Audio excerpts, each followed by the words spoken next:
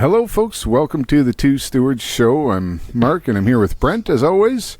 And today we have a very special guest, Chris Wiley. Also known as C.R. Wiley. C.R. Wiley, sure. So Brent ran into him, we can call him Pastor Wiley as well, at the TGFB conference not too long ago, where he was a panel speaker. He's authored several books, Man of the House, the Cosmos, and The Household and the War for the Cosmos. We're trying to digest all the material since the conference. Right. It's a lot to take in. And thanks for being willing to come on. Yeah, glad to be with you guys. Thanks for having me. Can I jump in, Mark? Because I think on our show we talk a lot about stewardship, and I want to kind of start off with you, Chris. Just as Christians, I think our investments differ a little bit because we're talking about eternity, right? Right. And we have an eye for eternity, so we kind of realize ourselves to be stewards of gifts. And I think our listeners would follow along with this logic. It's kind of jumping right into it, but I feel like there's a lot of material to go over with you. But one of the things that is really important for us is also investing in things that matter and have eternal significance. And one of those things that your writing highlights a lot is the family and the household. And I think I would agree with you, we've kind of lost touch with the significance of the household and the family. And so as Mark pointed out, your books like The Household and the War for the Cosmos, some of the other writings, try to recover a vision for what the Christian family looks like. So I don't know if that's a good starting point to kind of just paint a little bit of a vision for what that actually looks like for Christian families. Summarize all your material. Yeah, well, provide a kind of the back story to my interest in that.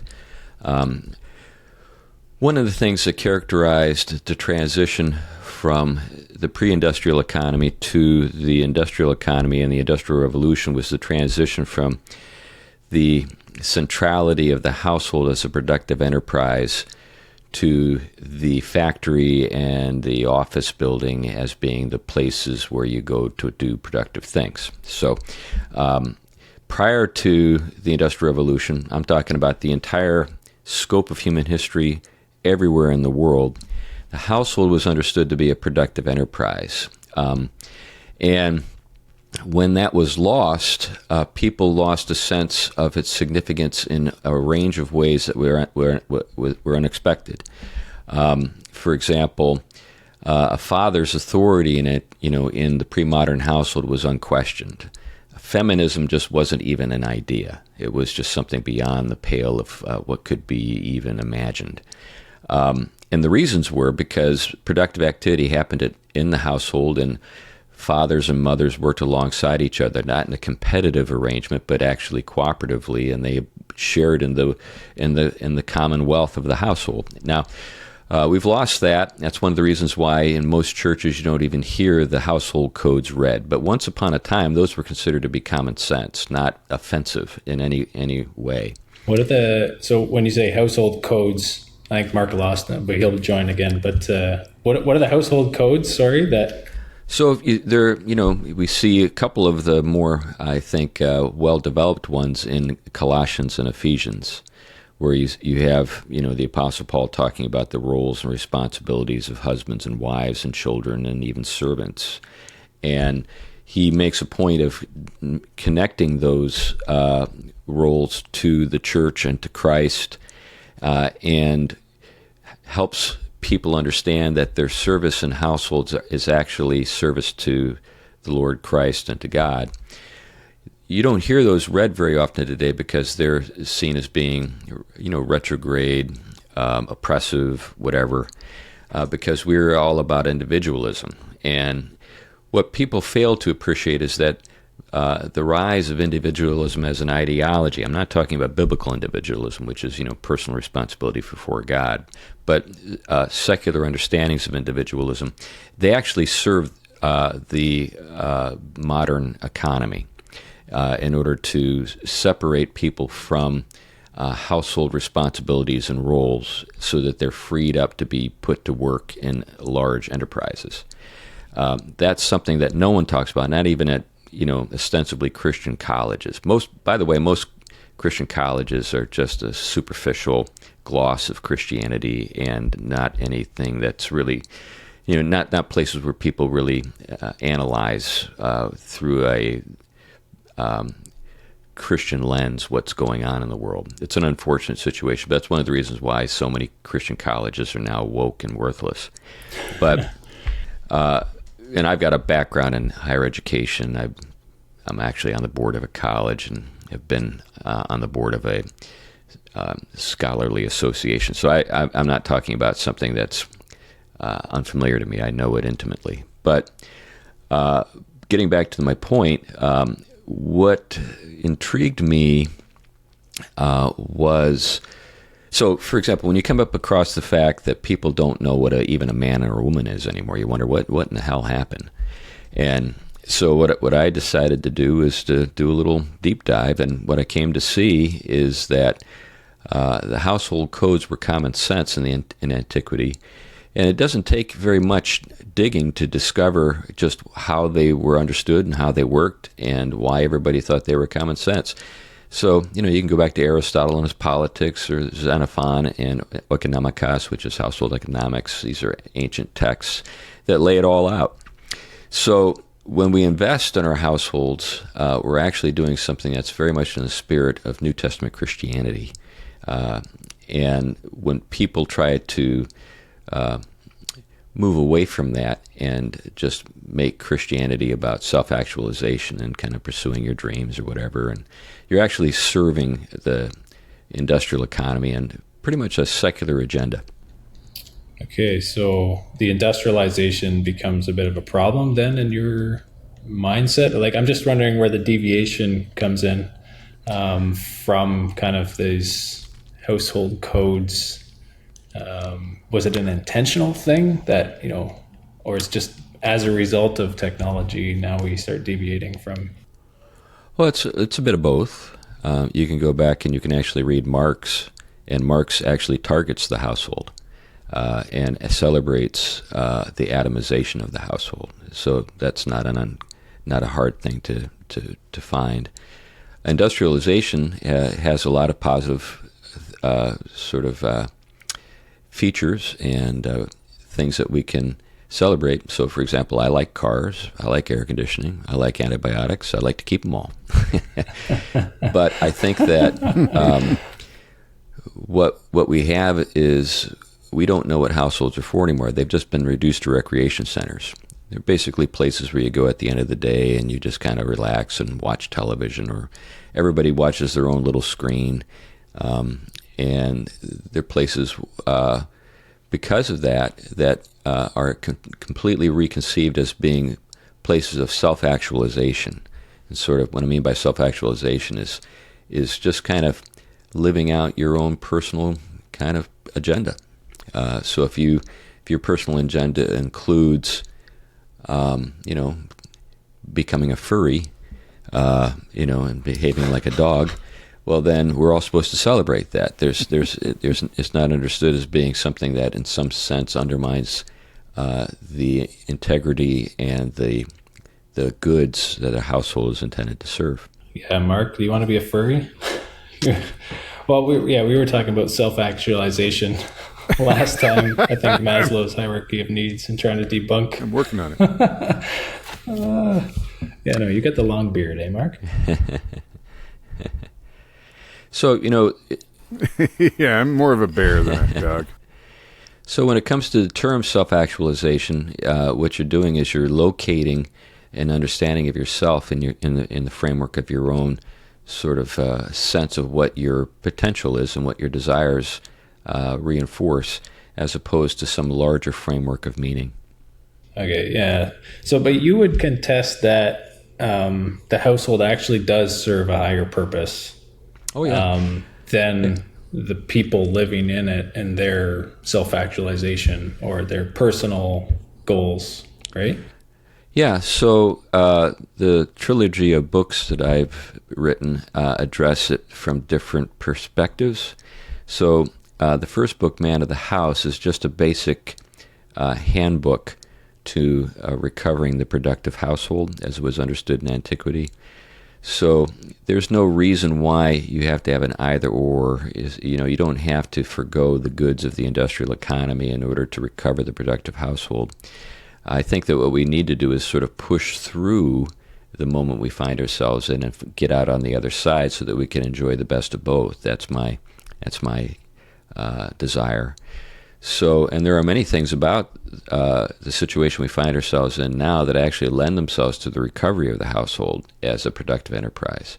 What we're doing right now, you guys are thousands of miles away, and we're communicating. So we're sitting probably in our homes, in our physical homes, and Mark's doing outside, something. but Right. Doing something that's productive. So now, because of the nature of the information economy, we have an ability to work, with people around the world in large-scale enterprises, but at the same time maintain the integrity of our household enterprise.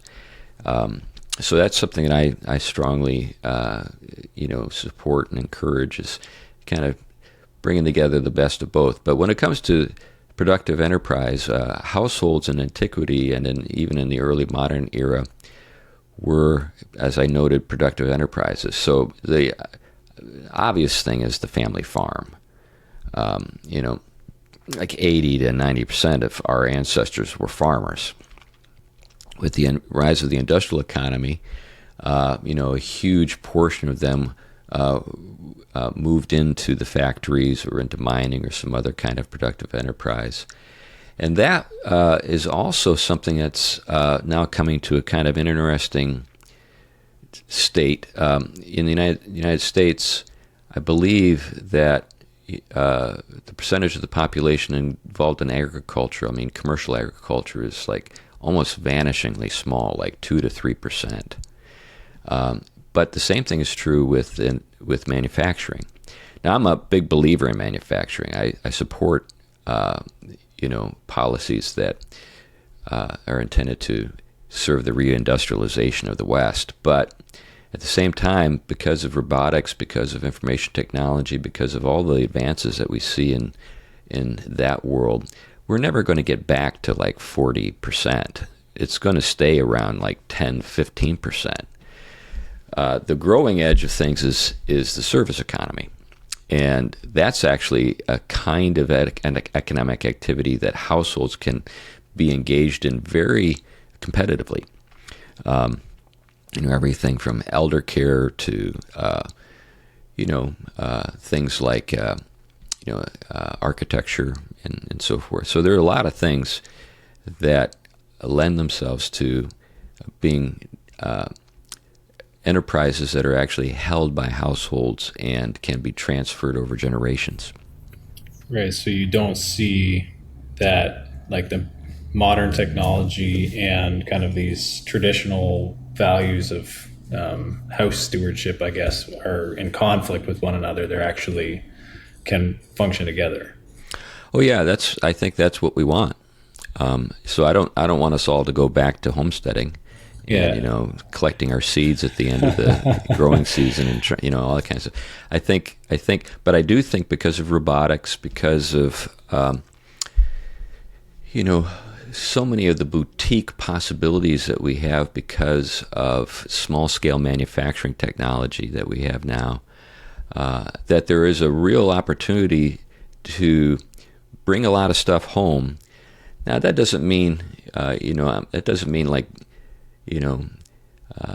making your own honey or things like that, although I'm not against that kind of stuff. But that's where everybody seems to go, making their own soap or getting that kind of stuff. I'm not against that kind of stuff, but I think that actually the opportunities are they're kind of already in some interesting stages of development. And I think, really the sky's the limit. The imagination is the only thing that's kind of limiting you, because the technology and the information, the ability to work in global markets is there. And remotely, and I know. I was talking, my brother-in-law is looking at a job, and it's like, well, yeah, you can work anywhere you want. Like, okay, well, that changes where I could buy a house, right? Yeah, you could live in West Virginia, for example, where the houses are very affordable and the land is beautiful. Or in Vermont. I mean, Vermont right now is begging people to move there. They'll pay you to come there. Right. So, if you're a Trump guy, then you can move to West Virginia. If you're a Bernie guy, you can go to Vermont. and the land is beautiful in both places. Yeah. No income tax. So, Chris, sorry, I got a bit of a delay here, so I'm a little behind you guys when I jump in. But would you say one of the features of the household, necessary features, is sort of presence with your children, whether that's one or both parents? I can think of, let's say I'm a plumber. Well, I'm not going to be home all the time because I'm going to be out, plumbing. But my wife can certainly be involved. And I know many people who, where the wife kind of runs the sort of the admin side, does the books, all that stuff, allows her to be home with the kids, and then even the businesses that we have, we're both, I'm at home middle of the day and I can do that. And we're around. So, is that a necessary feature, just being around? Oh, yeah. Children? I think that's a very important thing. And you noted something that I think goes a long way back. Generally speaking, when it came to family concerns, the father and the husband was out in the community more, even though his home base was a productive enterprise. And the wife was working with the children, but she was also working with the business, often on things like, accounting or, bill collection, things related to the administrative side of the business. And you can actually see that in Oikonomikos, which is Xenophon's Introduction to Household Economics, 4th century BC. So this goes a long way back. This kind of natural division of labor. And women who have the ability to do that enjoy all of the things that, keep them fresh and excited about life. They've got their kids with them, but they're also working with their husband, and they're out in the community doing things. It's kind of the Proverbs 31 woman. So it's not as though they don't actually get out and about, and just watching soap operas and eating bonbons. I mean, they're doing the productive stuff, and they can be happy and fulfilled in all that, So it works great when it's done the old-fashioned way. And like I said, the beauty of the world that we're entering into is that we can get a lot of that back. Yeah. I keep telling my wife I'm waiting till they put gates in our city so I can go be an elder at the gates. Well, she is fruitful at home, but they haven't built them yet. But I think you quote, I don't know, the pronunciation of the fellow, Iscomachus or Iscomachus, who tells his young wife, like, I may one day end up working for you. Yeah, basically the idea, well, not necessarily working for her so much as their children see her contribution to the home as so significant that they can't imagine life without her. And they praise her for all of the things that she's done for them. And really, I think that's something that every mother, would love to see, be able to get to that place where they're honored the way they should be. I don't know if it's just my age or my community or whatever, but I'm seeing more and more, and this is probably just anecdotal, but women who are kind of realizing, like, I've put family and children on hold and pursued the career, and it's kind of empty, and like, now I can't find a husband because, I'm getting on there. And anyways, things are, I guess, coming a little bit full circle in that regard. I think, let me just address the subject of women who feel like they were cheated. And I think they were. I think they were told things that weren't true. And they were told that technology would always be able to kind of come along and make possible, having children in, late 30s, early 40s, and they discover that no, that was a false promise. They discover that when they are looking for a husband, they're not just competing with other women their own age, they're competing with women younger than them. That's another thing I don't think we're very honest with our girls about. So think about it this way, when I talk to young men and I talk to women about these things, I try to be very straight with them without being, cruel. So, for example, I'll say to a young woman, okay, your kind of presence in the market, your market appeal, so to speak. I know it's a crude way to put it, but the prime years for you are early 20s, early to mid 20s. After that, your market appeal goes down. And here's the other problem.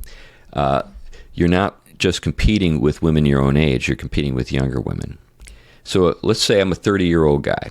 Okay, I'm a 30-year-old guy, and I can marry a girl that's maybe a couple years older than me, but I could also marry a 20-year-old.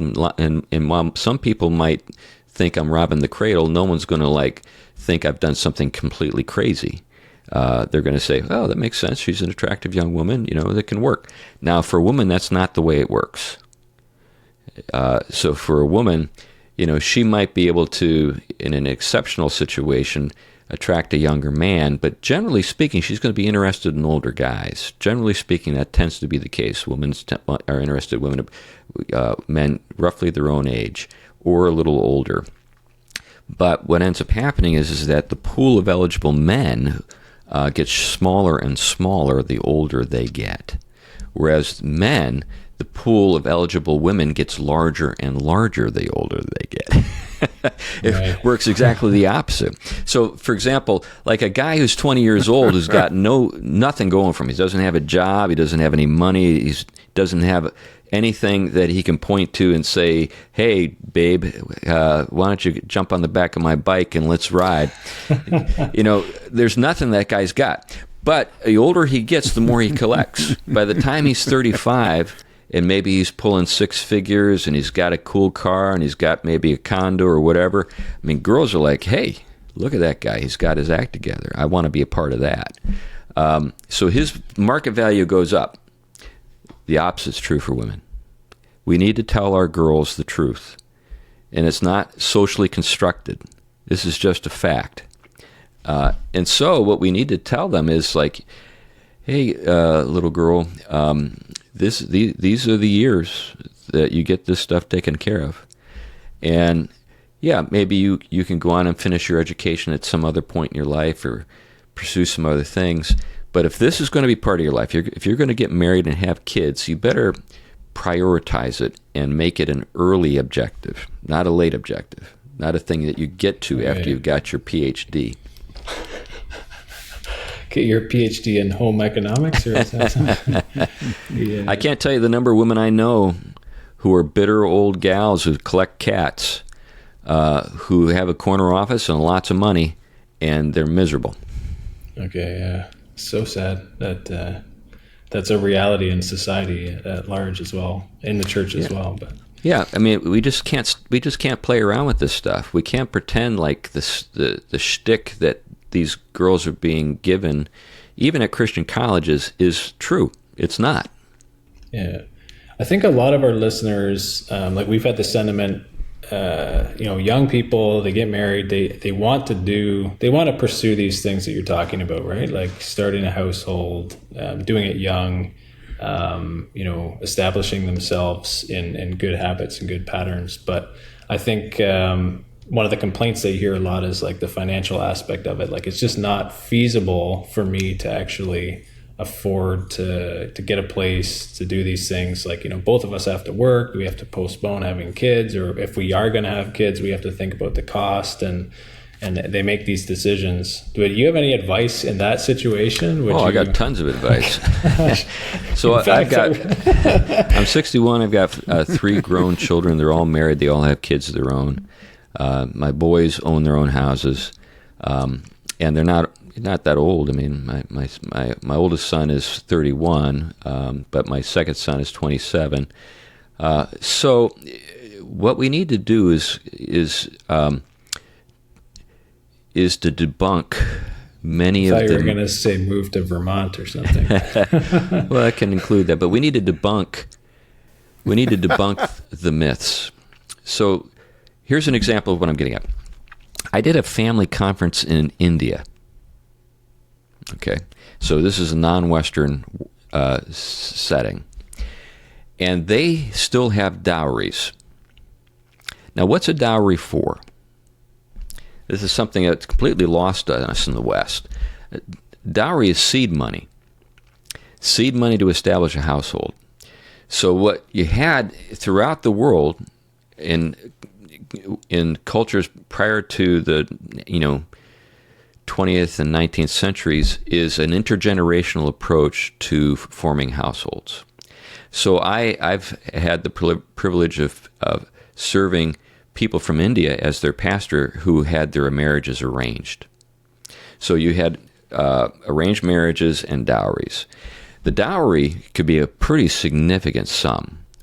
And the intention for the dowry is, and dowry comes with the girl, right? And it's a father's job to establish the household. The father's job was to get his daughters set. Good man, okay, screening, heavily involved, make sure he's a good man, and then gives them some seed capital. And that seed capital often was intended to get a house purchased, to get a business off the ground. So we don't have that. Right now, we just throw kids out there and say, swim.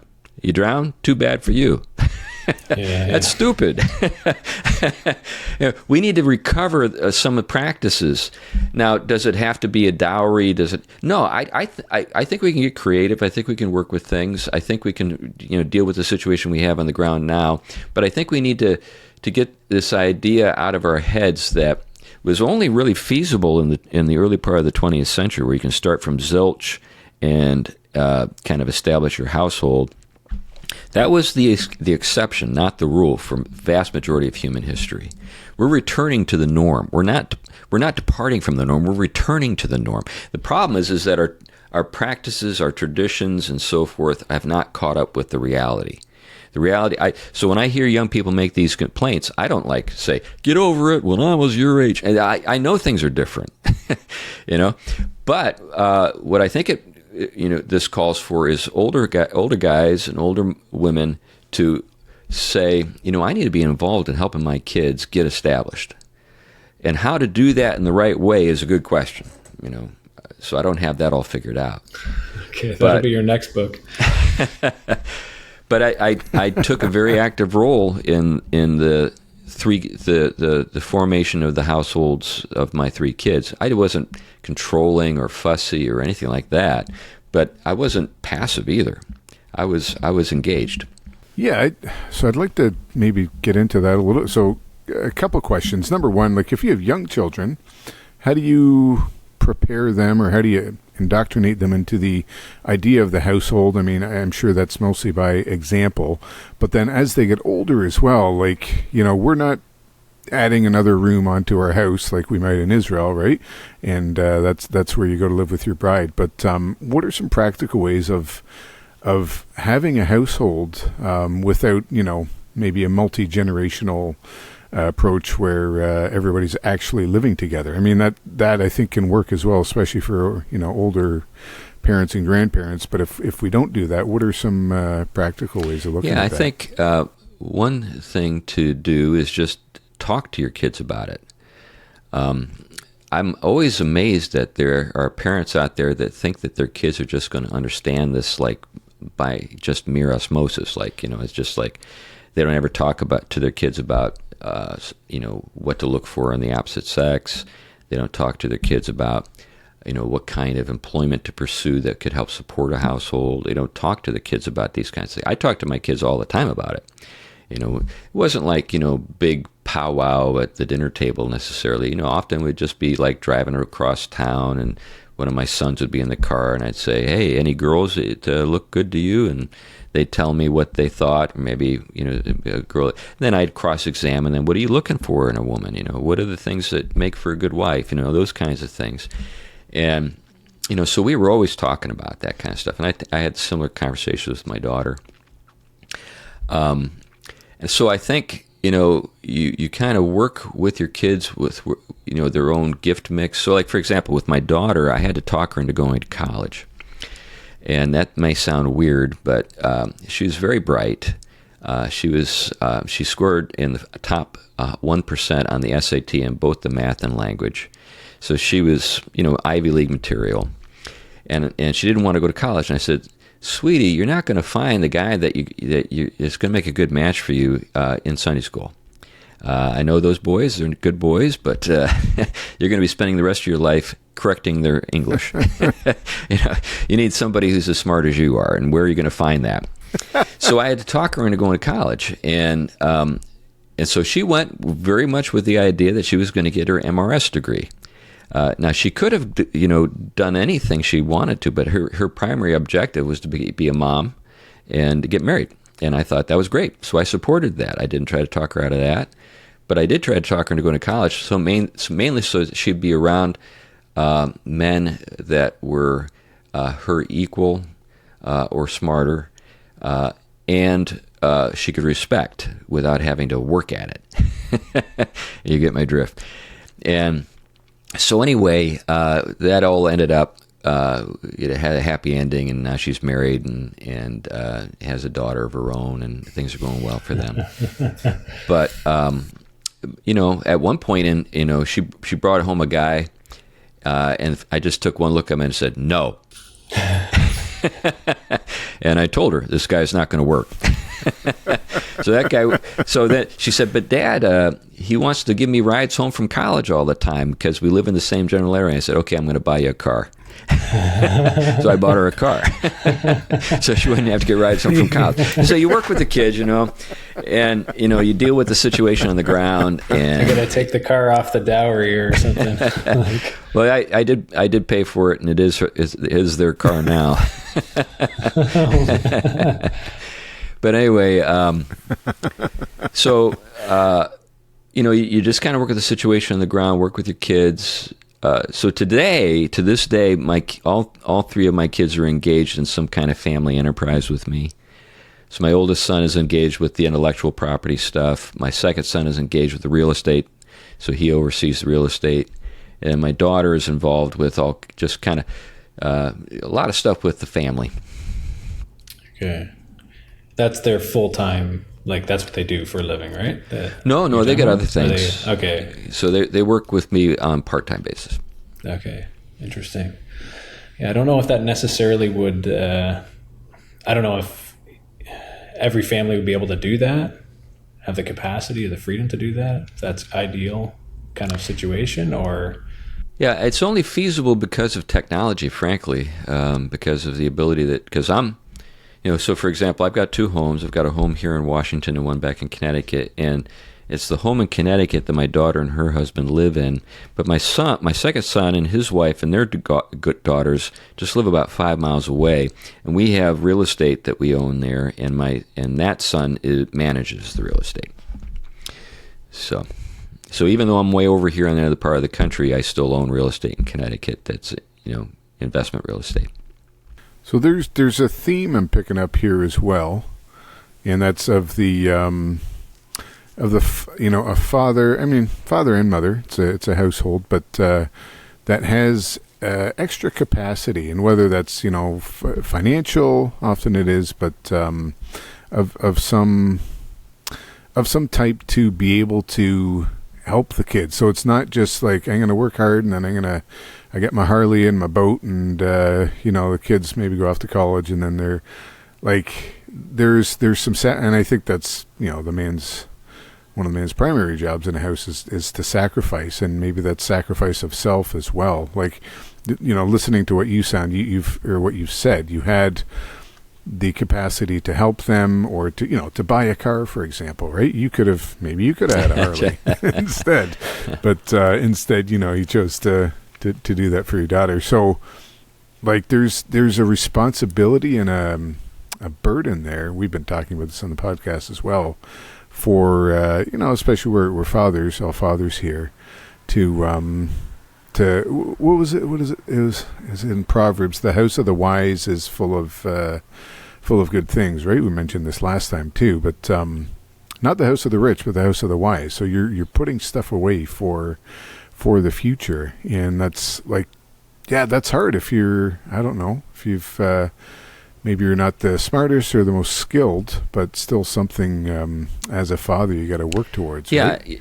It's hard to reconcile that sometimes with our I think abilities. that's one of the things that you want to do is develop your skills.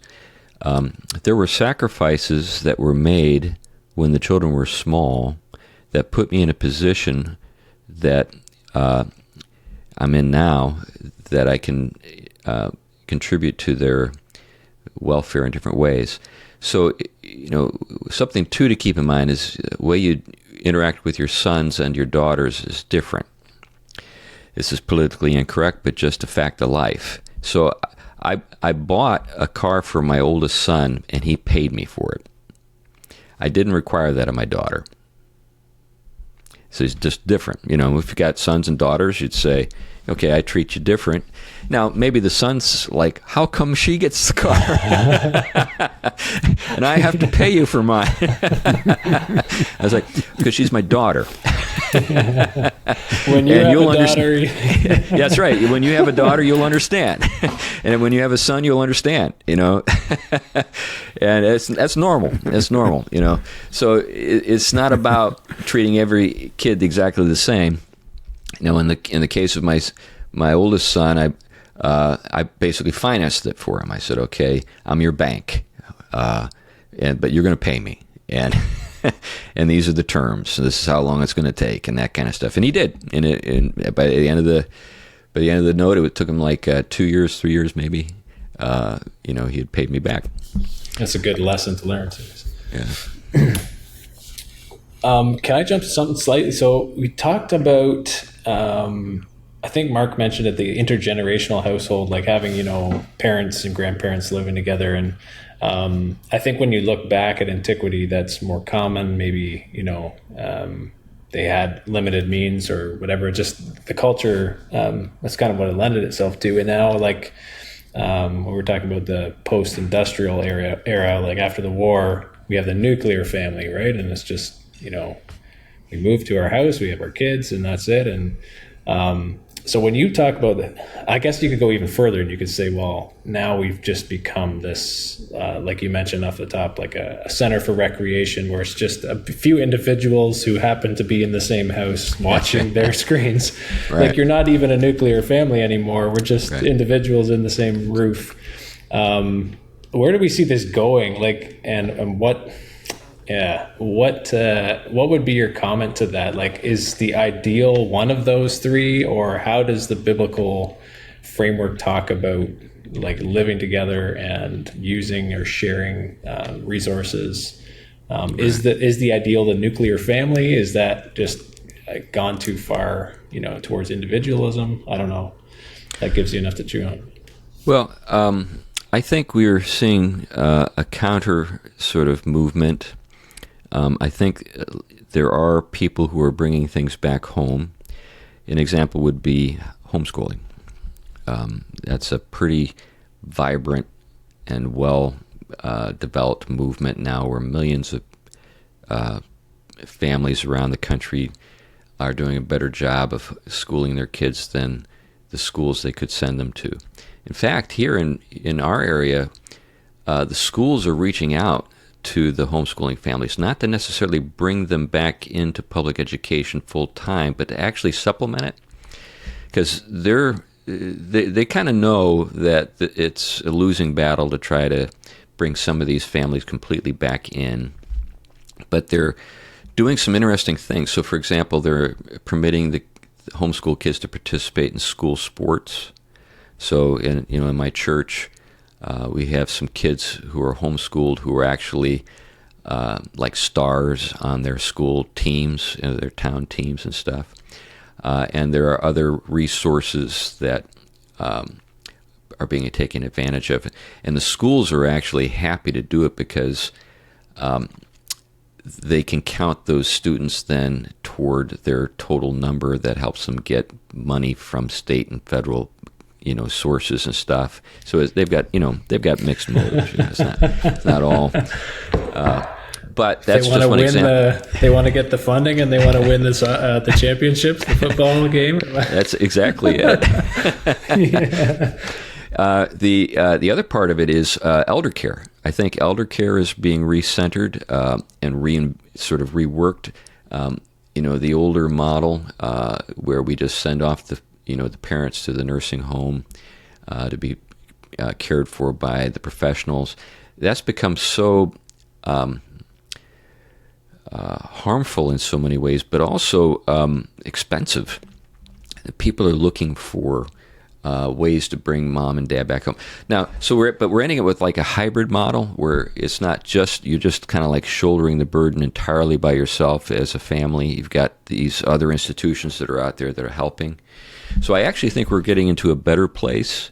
I think that, the old way of just, mom coming home to die and we just don't know what to do for her, that had an upside and a downside. And then we had, institutions who took the stuff off our hands, and that had an upside and a downside. But I think we're getting to a place where we're going to have, like I said, hopefully the best of both worlds, where we can have, the expertise, the special machinery and knowledge available to us to take care of things when it gets too much for us to handle.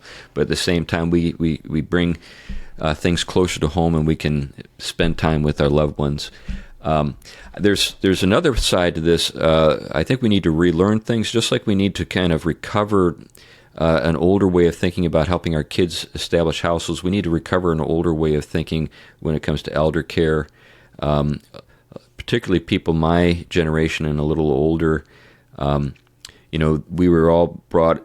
We were all encouraged to think of ourselves as independent and not being a burden on our kids ever, and just sort of like living by ourselves and relying on institutions. So some older folks are having a hard time accepting the fact that they're going to have to live with their kids. But I think give it another couple of rounds when it comes to generation, I think we're going to have a very different world. And I think some of those households that we look at that just have completely fallen apart, that's kind of the momentum of this negative individualism that's going to play itself out, and those situations are just completely going to evaporate. So, like the United States. There's been some analysis of the Democratic Party, and a lot of the support for the Democratic Party comes from older single women who don't have children, or who don't have children, and who rely upon the state to basically be viable in some way or other, or on large corporations or whatever. Well, I mean, I think that this is a kind of a phenomenon that doesn't have a long lifespan. I mean, these people are just going to. We're not going to have that going on forever. In other words, it's not like we're going to go from 22% to 45% to 90%. If you did that, your country would die. Yeah. There just wouldn't be another generation. So this is like a kind of a phenomenon that's passing through and will come to an end. And the households that have kids who develop these to recover these older ways of doing things, but kind of adapting them to the new conditions, that's the future. And I think we're going to see more and more of that sort of thing going forward. Yeah. Okay, I would agree. I think the homeschooling thing you mentioned is interesting because Mark and I, we have schools here that are like Christian, like privately funded schools. And we've kind of just talked back and forth. Well, if people leave the school to go and homeschool, then they say, hey, wouldn't it be great to have a math teacher? And then, you're like, why don't we hire them? Just keep this pendulum keep going back and forth between, let's educate our kids and then let's pay to have them educated. And I don't know if there's a balance, but the hybrid approach that you mentioned sounds quite interesting. Well, this actually is another kind of thing that we can recover. So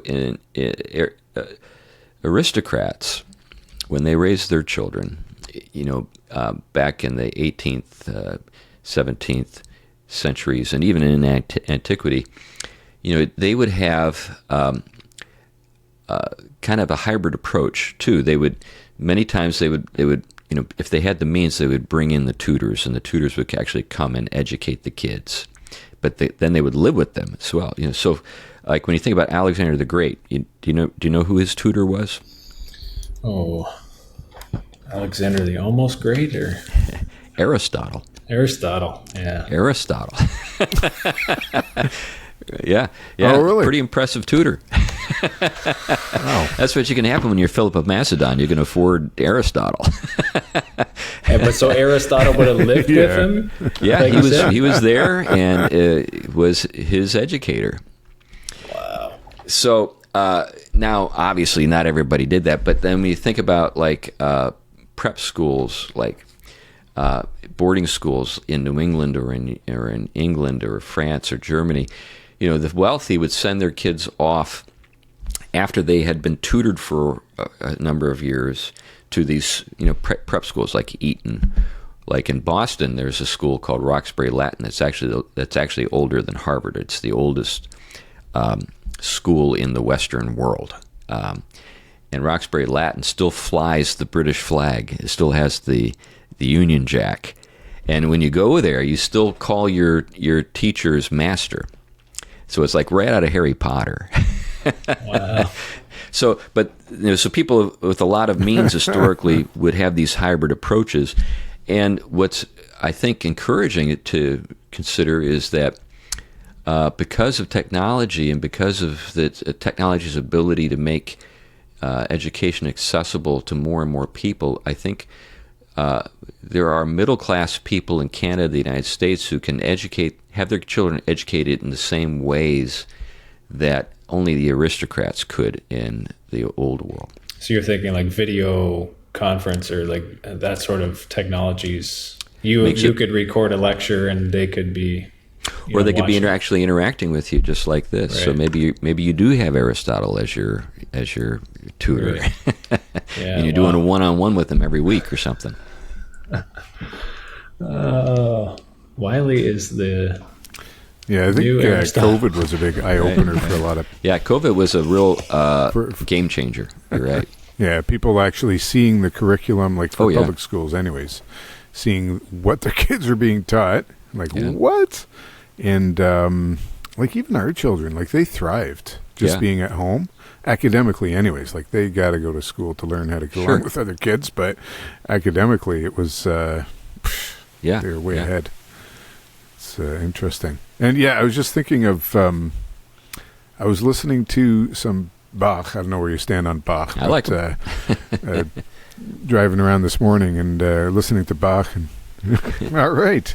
And like there, there's an example too, right? Like he tutored a number of his children, and they had like this musical dynasty that went on. Like you think of a household of music. There's a really good example. Right.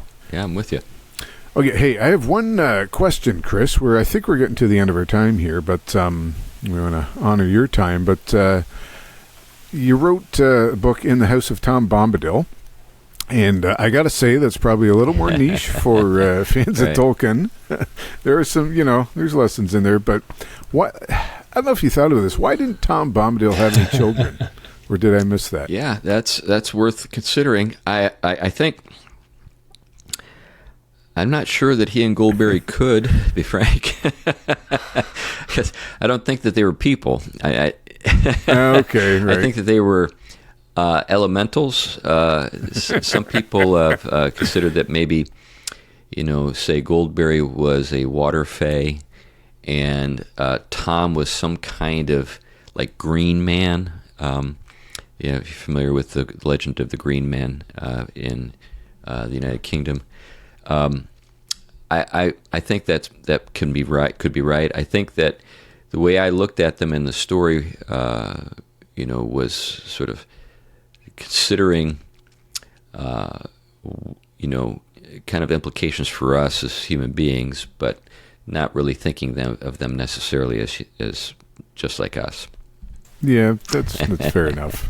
Just But they had a pretty good household Yeah, other they than did. that. Yeah. Well, so I read that book.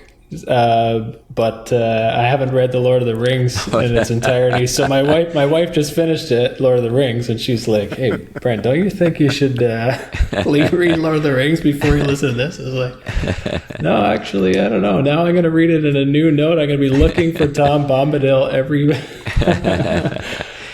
He crops up at some interesting points. Yeah, okay, but now I'll have a little bit of a different context when he does pop up. I mean, Right. oh, there's maybe some significance here. But no, yeah, I really appreciate this chat and a lot of your work. Okay. Go ahead, Mark. I don't know yet. Yeah, sorry. I had one more question, maybe if we can.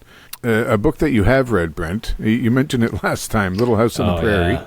and how you're going through that with your kids, and then talking about Pa, right? How he had the ability to take the prairie and like fell the trees and build the house and do it. You're like, man, I could do that if that was me today. But I think you talk about this in the Man of the House, Chris. Like, what are some practical things that young men, I mean, we'll just keep it to young men anyways, can do to sort of in our modern economy anyways? Like, does that mean you should know? I'm a big proponent of, like, you should have some skills to fix a house and stuff like that, but what are some practical skills that young men can look for as they start to build their household? Well, as you know, I'm a big believer in being able to work with your hands, and I'm an odd candidate for that. I didn't grow up in a blue-collar home. I grew up in the home of an academic and an artist, and so that was not something that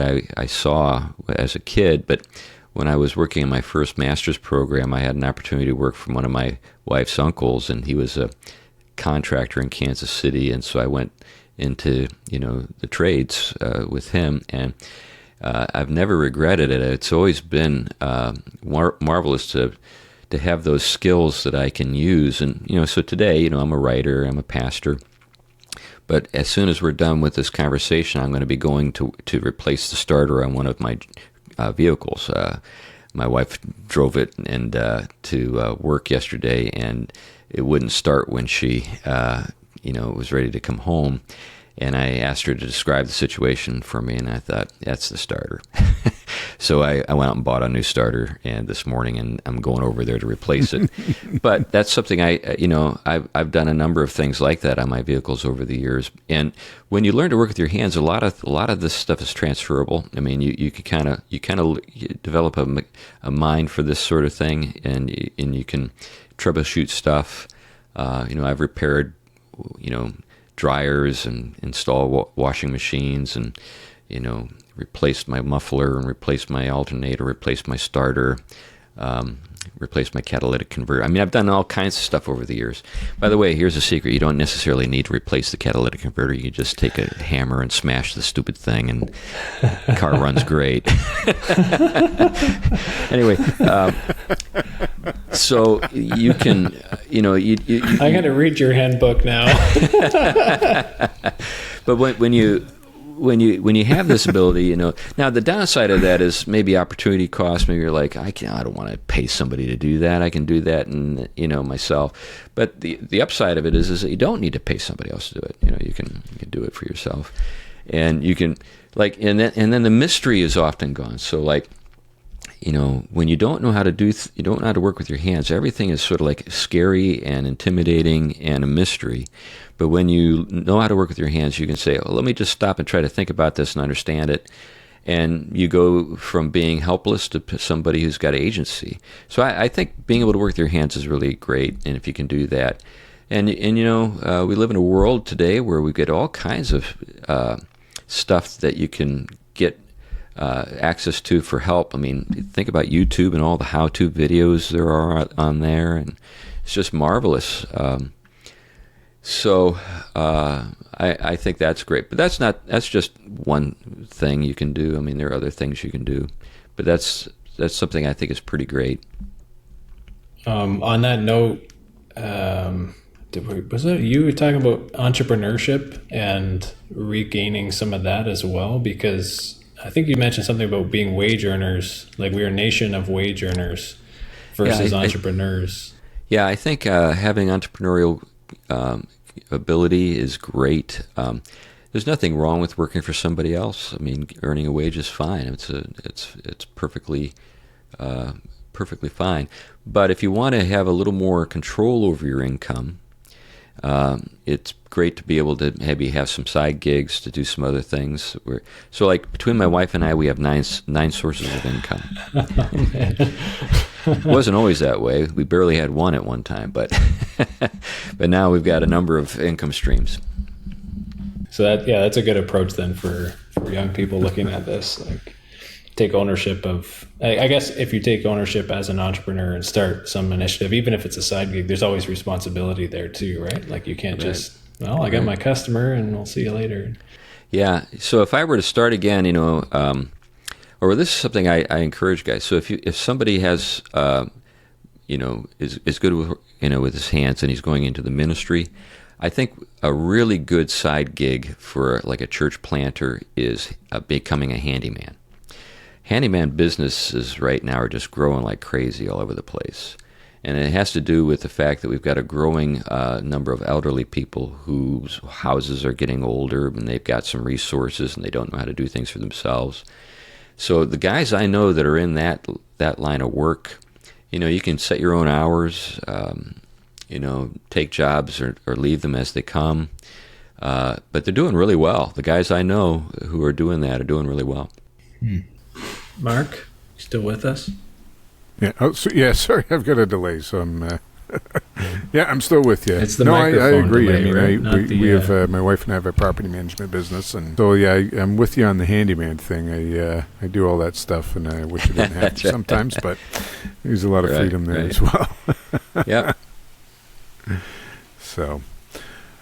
Okay, so learn skills, and that's the good thing too. You can always learn a skill, right?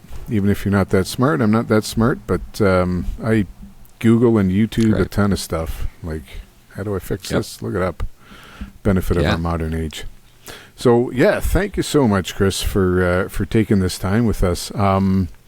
I guess what any final parting words, or how can people get your material? I think Amazon, your books are all available on Amazon. Yep. I'm also a part of a podcast called the Theology Pugcast, so if folks are interested in hearing a bunch of kind of academics talk about things, that's what that show is mostly about. So we don't get into the practical stuff that we talked about here, but if you're interested in ideas, that's a good place to go. And I'm a senior editor at Touchstone magazine, so some of my writing comes out there.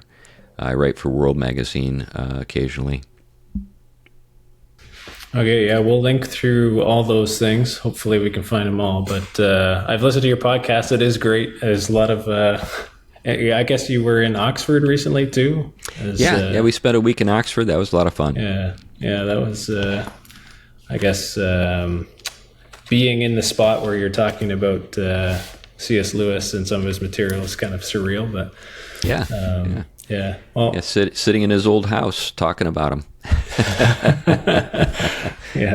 Well, listeners can go over there and check it out and listen, and I guess participate in the experience in some degree. But right. Okay. Well, to our listeners, thanks for being with us, folks. To Chris, thank you very much for taking this time, and until next time. Steward your wealth wisely. Thanks for listening to this episode of the Two Stewards Show. If you like my voice better, click subscribe. And if you like my voice better, click share. If you like both, give us a 5-star rating. To interact with the show, feel free to reach out at hello@twostewards.ca. We'll see you in the next episode. In the meantime, steward your wealth wisely.